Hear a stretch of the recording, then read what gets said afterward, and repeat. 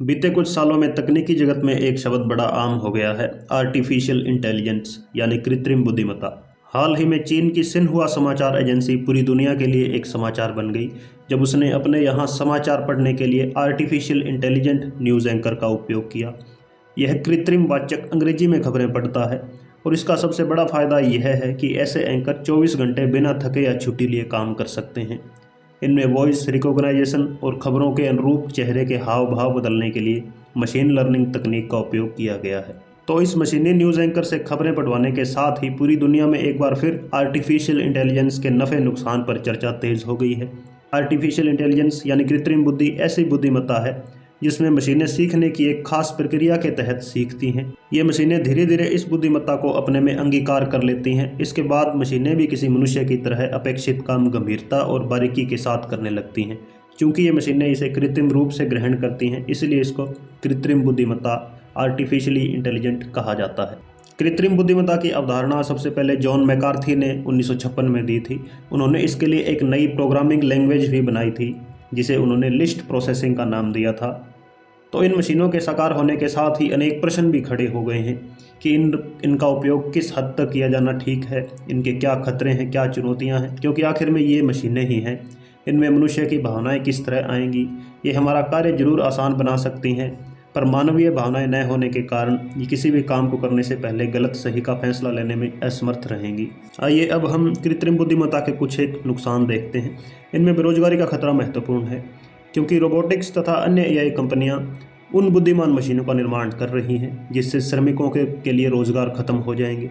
जैसे bank cashier की जगह सेल्फ सर्विस कियोस्क का प्रयोग होगा, फलों को चुनने वाले रोबोट आ जाएंगे जो कि फील्ड में रोज़गार ख़त्म कर देंगे, और वह दिन भी दूर नहीं जब इसके कारण कई डेस्क जॉब भी समाप्त हो जाएंगी, जैसे अकाउंटेंट, फाइनेंशियल व्यापारी या मध्य स्तरीय प्रबंधक। तो बेरोजगारी एक बहुत बड़ा खतरा है, क्योंकि मशीनी युग ने पहले ही अनेकों रोजगार समाप्त कर दिए हैं। बढ़ती असमानता भी एक खतरा है।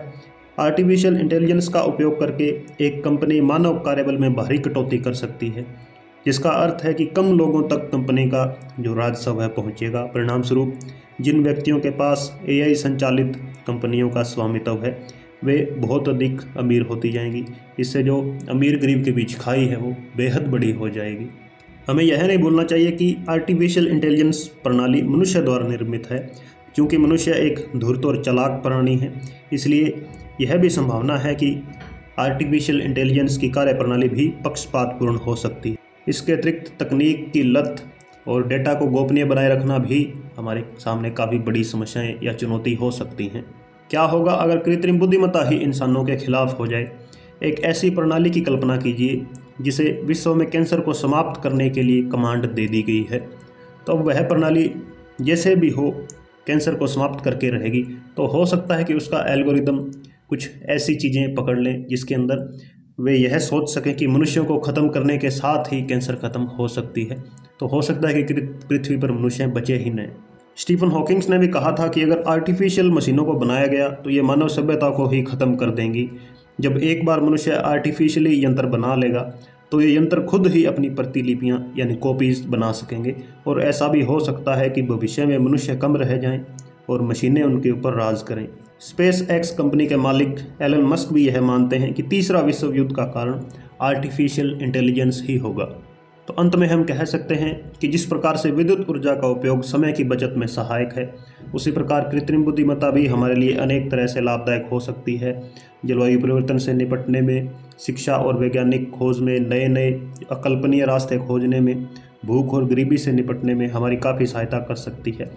लेकिन नैतिक मानदंडों के अभाव में यह सामाजिक और आर्थिक अंतरालों को ही जन्म देगी और अनेक प्रकार का जो भेदभाव समाज के बीच है उसको और अधिक बढ़ाएगी। तो समाजशाला में आज इतना ही। मिलते हैं किसी और दिन किसी अन्य टॉपिक के साथ। धन्यवाद।